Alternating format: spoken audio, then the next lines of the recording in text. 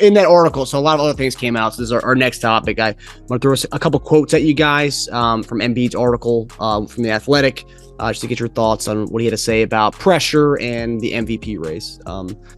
So we'll begin here. And this is about a title or bust season.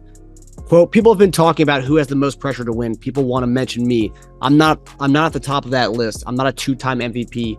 I've never made a first-team All-NBA. I've never won anything. So why is there pressure on me to do something when there are guys that have won a bunch of MVPs and haven't done anything either? So that's the quote about title or bust season. About the MVP criteria changing each year and losing the popularity contest.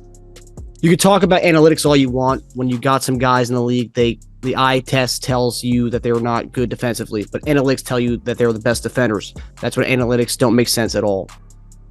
Shots fired. I really believe that I'm not well liked, and it's cool with me. That's fine. I'll be the bad guy. I like being the a-hole anyway. I like being the underdog, so that's fine with me. So obviously a lot to unpack, but a lot of media members and former players have criticized Embiid for saying these things right before missing Monday night's MVP showdown with Jokic. So what do you guys think? Do they criticize him for saying it, or they criticize him for saying it and not playing? Yes, criticize him for saying it and then coming out the same day as him not playing. Kind of a mixture, though. Kind of a mixture. Like I know. Chen Shar made fun of the whole like underdog, no one likes me thing. He's like, that's BS, man. Like you're just saying that. Like, sure, some people don't like a lot of people, but everybody doesn't like you. You know, that's just not true. Perkins also was upset at him that this came out, the whole thing came out right before not playing last night. So that was kind of that. So what do you guys make overall of the comments, talking about analytics, talking about just the title or bust season, no pressure? I mean, what do you think about that?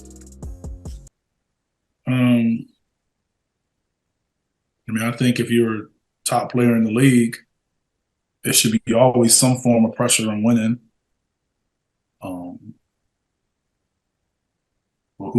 Where you get that pressure from, or who you allow to put that pressure on you is different.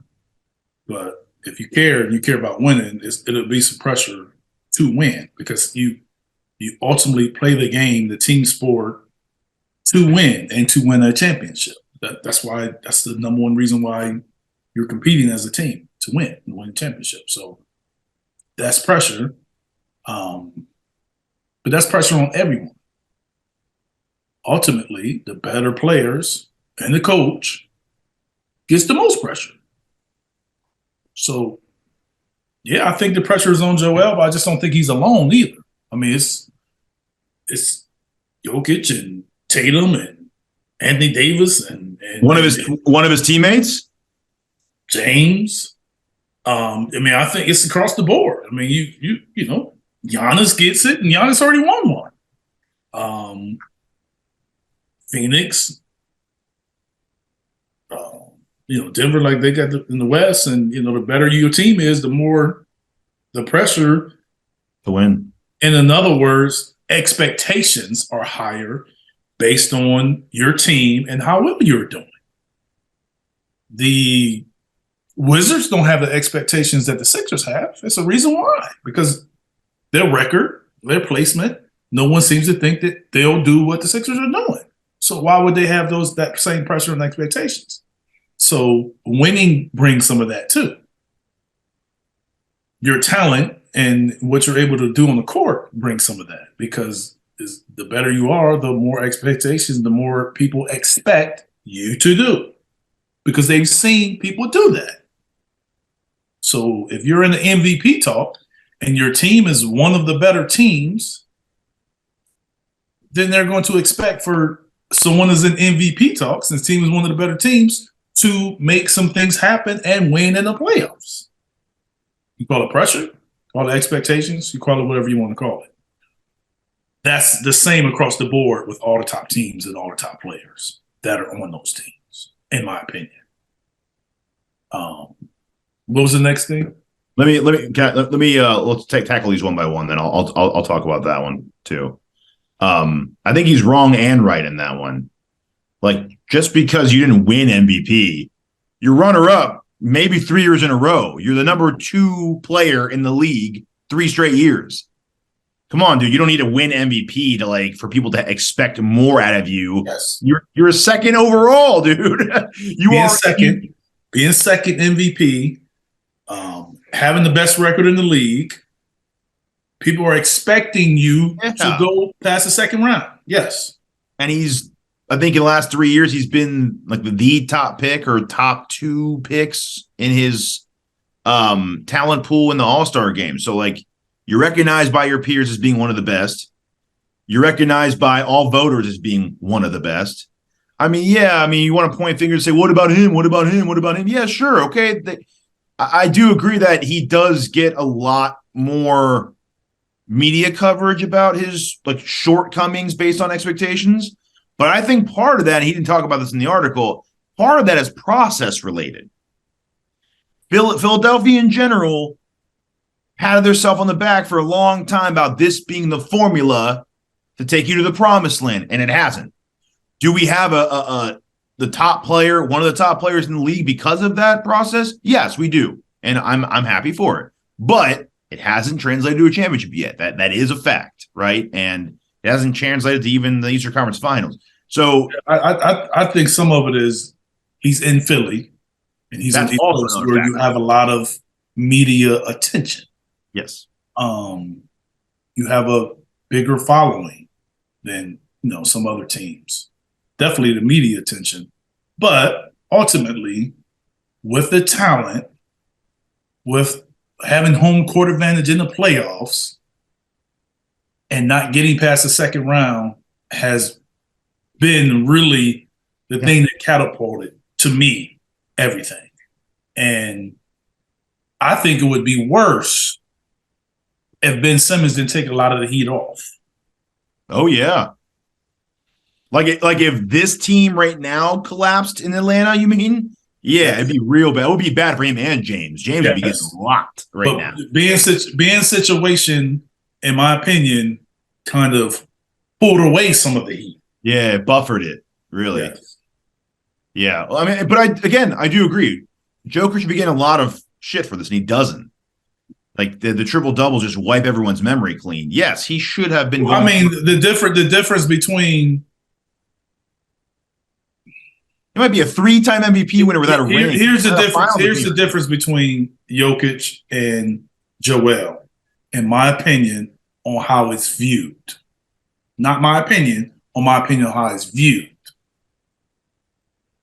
Joel was looked at as a dominant, great player with a really good team.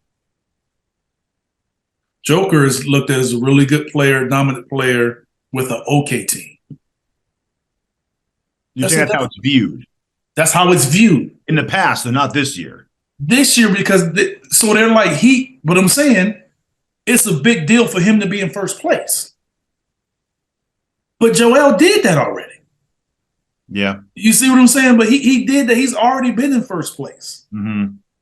They did it. So last year was like, look what he's doing without those two guys. Now those two guys come back, and it was like, well, he got his team in first place.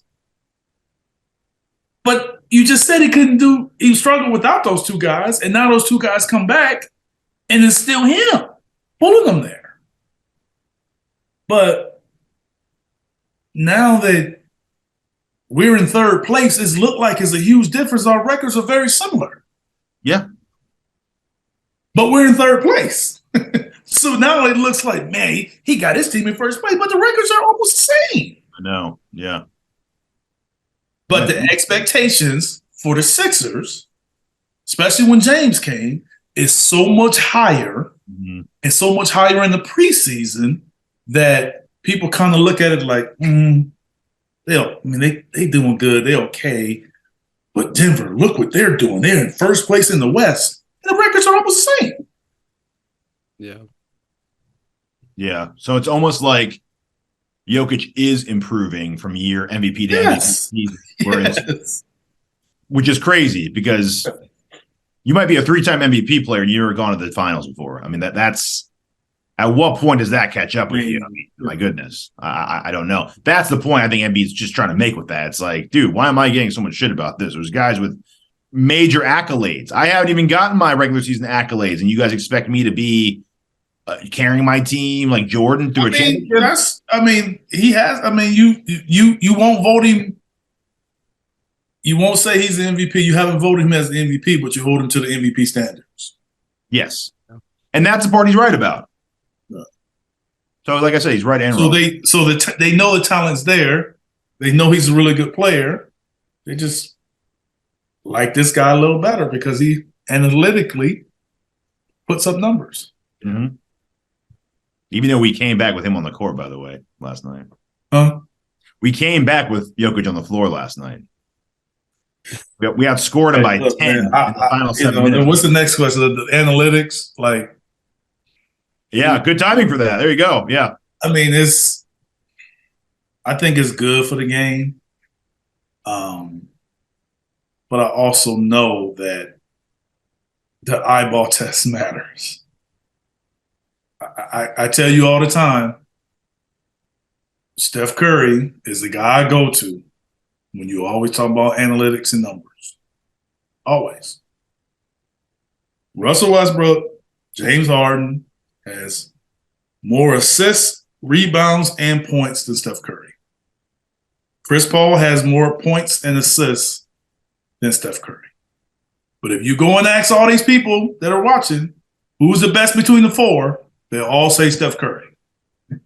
But people that didn't watch the game, the people that's born way after us and never seen anybody play, they're going to look at the record books and they're going to say, well, how do these guys got better numbers than him if he's the better player? That means you had to watch. You had to watch. You just had to see it. Then you would believe it.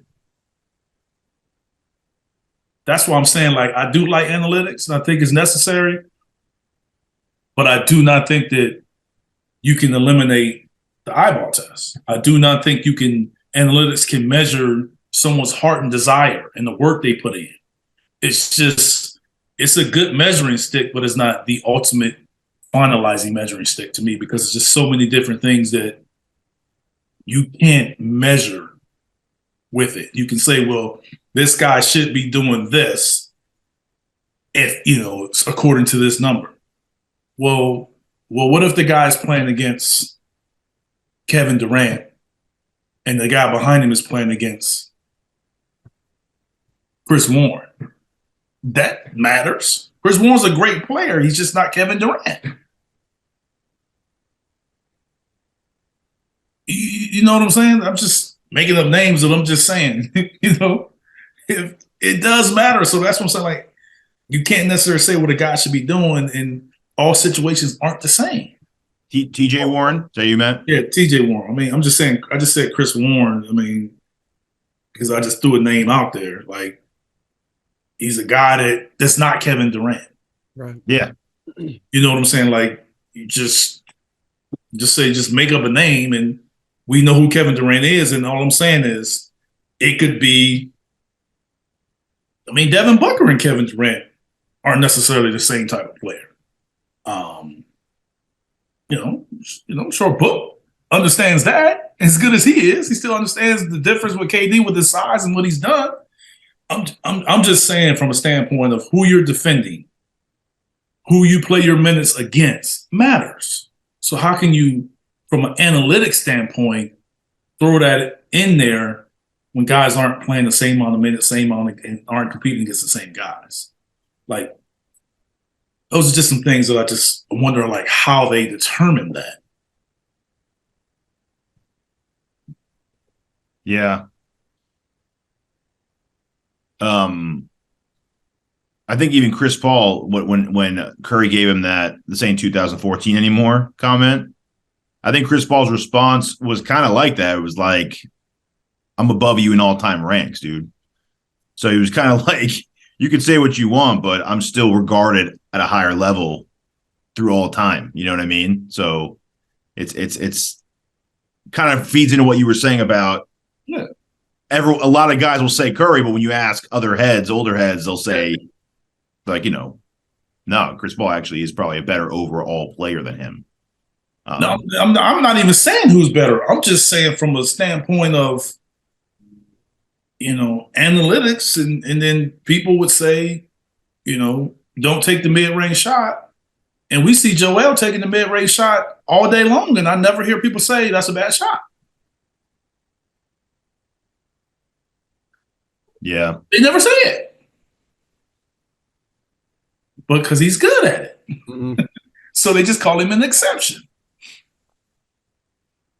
Yeah. They call Kevin Durant an exception. Like, you can't just say this is how you feel, and then all of a sudden when a guy does it differently, you call him an exception. No, that works. Yeah. Analytics. I love analytics. I love stats. I think it's great for the game, but at the same time, it's just muddied the conversation so much and given so many different people reasons to have my guy versus your guy stuff that I think is also kind of ruining the game. So I think analytics in a way are good. I think they're being used improperly. I think they're being. I know a lot of guys, and I'm not going to say any names. I know a lot of guys that feel like analytics was just a way to get people into basketball that can't play. It's a good point. It has done it. Yeah. So it's a lot of guys that I know that firmly believe that. It's a lot of people that worked in the NBA for a long time that feel like that's how people got into the game, that couldn't play, couldn't coach, couldn't do anything, can't deal with the players directly, don't know personalities, can't do a lot of this stuff. And this was their way to get in, to create a path. And a lot of new younger ownership could relate to all these numbers that they're throwing out there because a lot of them came from that world. Yep.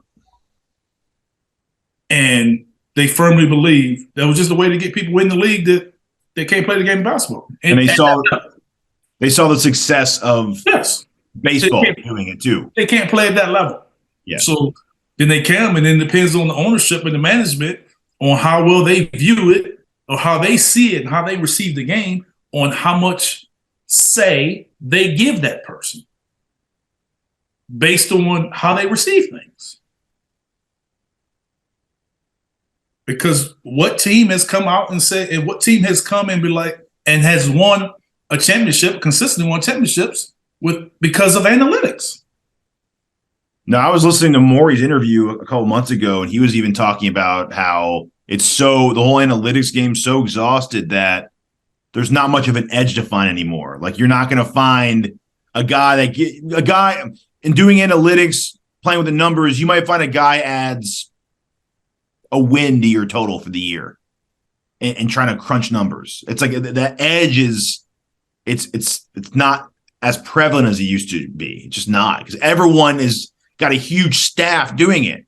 And if everyone's running the same numbers, how are you going to get an edge over the next person? You're not interpreting them differently. I mean, the calculations are the calculations at this point, unless some new stat comes out in like a few months, which wouldn't surprise me at this point. But that's what's making the MVP thing race so moneyed, is that there's a new stat every day, there's a new stat every week, and people are they're getting too far away from the eye. I think it's a nice balance of both, right? I don't think you can lie. Statistics has always mattered. This has always mattered. Sure.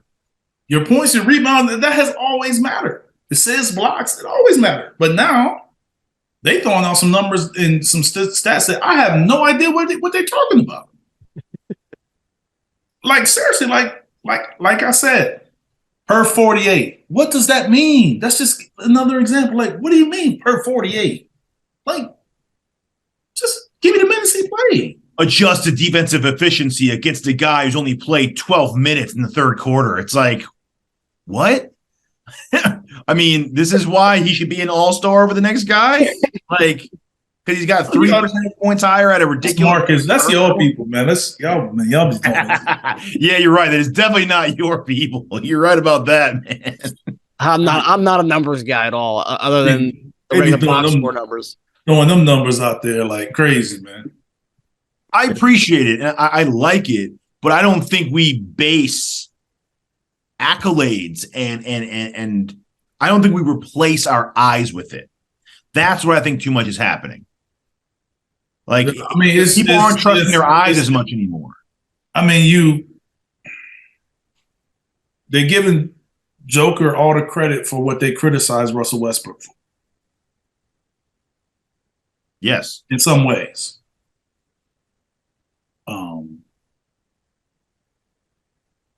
Joel is scoring, and guys have scored.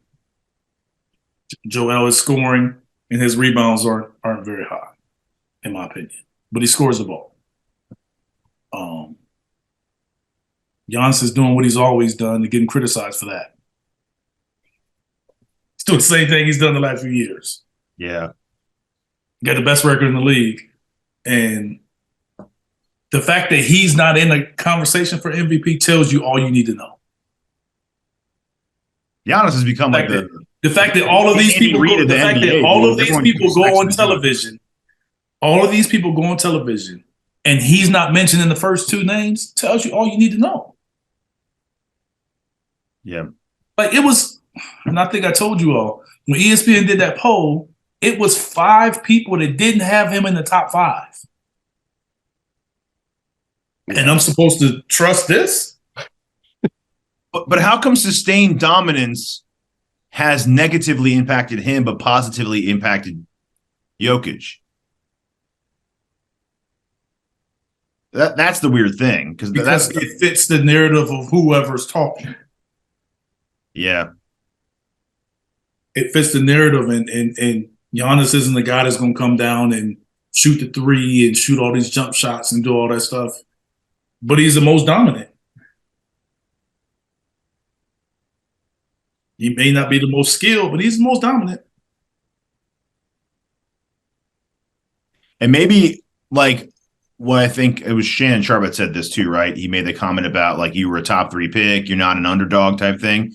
Maybe that does hurt him versus Jokic in those conversations. Jokic was a second rounder diamond in the rough, and it's like people still think he's exceeding expectations. But those guys they weren't here. They were in Europe, so you just never know. Those guys in Europe, and they come and they playing against older guys, you just never know like how they were played. So we don't really know. For sure, but I mean, I'm just saying when you're watching him, at least for the first couple of MVPs, it's like, I can't believe he's still doing this. I can't believe he keeps doing this. He's incredible. Where it's Embiid, it's like, oh, he's supposed to do this. He was a top 3 pick. He was the best player in college basketball coming out of the draft. Yeah, it's but like, they don't say that about Giannis, though. You know what I'm saying? Like he gets the same treatment as Joel, and he wasn't the top pick and all of that stuff. Yeah. And we watched him. We watched his development. We said we watched him develop his body, game, and everything. Yep. Yeah, it makes the Giannis thing even more weird. Like I said a minute ago, I think he's like going to football. He's like the Andy Reid of like basketball players. Like every year, just kills it every year, but you never hear him in Coach of the Year conversations anymore. Yet he's got. I firmly believe it's just people are doing and saying what fits their narrative. And I think the one thing that Kendrick Perkins did do was when he threw race into it, then all of a sudden Joel became favorite in a lot of people's votes. Yep. Let's not act like that didn't matter. It's one thing that people know. One thing that people know is that in this profession, being assumed or called a racist is not good for you. No. Yeah. No, it is not. It's not good for you. So as one of my friends told me, when they do these polls for Joel, it'll change right now, but it ain't going to change their vote. Yeah. They're still going to vote for him. But these polls will change because, the polls and the clips. They both playing the same way. I mean, yes, Denver lost, but the records are still the same. Yeah. So I'm like, man, if y'all just basing this is like they basing it on a couple games. Like, that's Marcus and them. Y'all people do that type of stuff. Man. What? Based it on 2 weeks. Man, 2 weeks, man. We the best team. He the best player in the league. Look what he did the last 2 weeks. People want to take points away from him for not playing last night. Yes. Of course. Yeah, Perkins was one of them, actually. Come on. I mean, it's the game. Jokic didn't play in Milwaukee. You want to talk about that? Yeah. No, this is more fun to talk about. Just saying, he didn't play in Milwaukee. The article didn't help that, though, because everyone saw the article being released as like a pump up to that game, and it was like followed by the article was, "Oh yeah, I'm not playing, by the way." Yeah, it took away the anticipation and enthusiasm for the game. It built it up and shot it down like a minute. It was already built up, but not playing just, and it's always not playing, and it feels like it just comes out of nowhere not playing. Like it wasn't like you got injured. We like, man, I wonder if he's going to play. How's he doing? Then you're kind of anticipating that it was a possibility that he wouldn't play, but we all felt he was playing. Yeah. Well, like you said earlier, how do you sit out one game, then come back and play 40 minutes? Similar, he's grabbing his calf against the Bulls. He plays in back-to-back. He has a day in between the Nuggets game. Then all of a sudden he can't play in the Nuggets game. It just seemed weird. But in retrospect, he probably should have sat out the Suns game and then played in the Nuggets game. He went to warm-ups yesterday, too. Like the pre-game shoot-around or whatever, the one at noon. Yeah. Yeah. I will say, just based on the whole expectations and stuff, and I think it is more team. I think Embiid just kind of wears the whole Sixers brand on his shirt, obviously. And when people say, like, every year, it's like, oh, if the Sixers don't make it to this certain round, there's going to be a big blow up. And, like, you hear that every year with the Sixers, but you don't hear that with teams like the Nuggets. You don't hear a blow up like we know when they don't get to the conference finals or the finals. There's no, oh, man, they need to blow it up. Every year, I feel like it's ESPN. They talk about what team has the biggest. If they don't make it to a certain round, what team's probably have to blow it up and have a new look next year. It's the Sixers. I touched on that earlier when I said the expectations for the Sixers and how they're viewed as a team that should be winning, and Denver's not viewed that way. It's crazy. Everybody's like, "Wow, I can't believe they're in first place." But if you go back to a couple years ago, they were first or second. Yeah. Like, they've been first or second for a while. Yeah. Yeah. And a lot of people attribute that to the Harden acquisition, being like, okay, this is an all-in move, which it was, but people were saying that before Harden. Yeah. They're saying people were saying that when the Sixers were one of the younger teams in the league. They also had the #1 seed before Harden. Yeah. So if you looked at you getting Harden now, then okay, you already did it without him. Mm-hmm. This should take you past all the things that you accomplished before. Yeah. Or didn't accomplish. Sixers has just gone through a lot of weird phases with team building. The Butler year kind of peaked it like, okay, this team is no more process. This team is championship hunting now, right? And then that team got like broken up and the whole Horford thing happened. And then they kind of like not a rebuild, but kind of like a retooling. And then Morey had to kind of cut down that, get rid of cut losses, and then kind of start from scratch. And but I mean, the when they broke, hold on, when they was Jimmy before we lost to the Hawks. Yes. Yeah. So that was the year before. Jimmy was the Toronto bounce year. Yes, and then we had the best record in the league the next year. And then it was the. No, it was the Butler, and then the following year was the getting dominated by the Celtics in the bubble, and then the Hawks. Yes. The Horford bubble year. Horford, So Josh. the bubble was after Jimmy. Yeah. Yes. And then the Hawks. Because Miami went to the finals in Jimmy's first year. Got it. In the bubble. Got And then the year after that, we had the best record. Best record. Atlanta. Yeah, I don't really. A lot of ups and downs. Hard. Yeah, I don't really. I mean, the bubble was tough, man. I just like that. It's kind of hard to. Yeah, that didn't count. The Lakers championship didn't count. I mean, it counts. The championship counts. I'm just saying it's kind of hard to. I'm just kidding. I firmly believe things would play out differently for some series if it was home and away. I just firmly believe that. Yeah. And that was Brett Brown's last year, or last season with us, and then it went to Doc the Atlanta year. That was his first year with us. Yeah, I mean, only with 2 years? I mean, it's just for them to say for these talking heads to say Sixers don't get to the conference finals, they're done. You might see a new head coach. You might see James gone. You might even see Embiid gone. Morey might be gone. It's like it's that like same kind of conversation and banter every year with the Sixers, regardless who the coach is. Why do you think it shouldn't be like that, though? I mean, it's been 4 years. Well, as far as with Doc and Morey being there? Not Doc and Morey, but with Joel being, a top player, it's been 4 years. 4 straight years, if you count the bubble.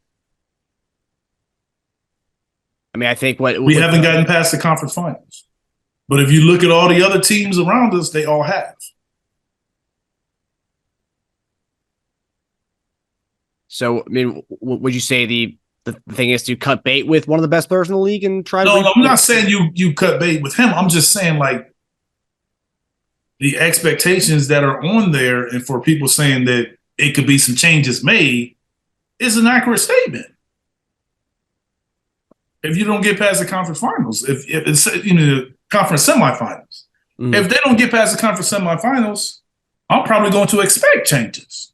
Not that I would do it. I'm just saying I would probably expect it and would maybe be surprised if there aren't changes. Because it's still, no matter how you look at it, no matter which coach was there and which GM was there, it's still 4 straight seasons where you didn't go past the conference semifinals. Yeah. No matter how you shake it. Yeah. And the one common was Joel was there. Yep. Joel and Furt. Huh? Joel and Furt. Was Tobias not there too? Tobias too. Yeah. Tobias. Well, the big three. I think we all know who's going to be the first one to go out of that group. Yeah. Well, based on what you said, it's only because of salary. Yeah, it's a big reason, but yeah. He's been the most consistent as far as playing every game. When all those guys are out, he's always the one playing. And, I will miss that if we do end up trading him. He is he's most consistent. Yeah. And if no one's there and everyone's there, he still gets his 14. Yeah.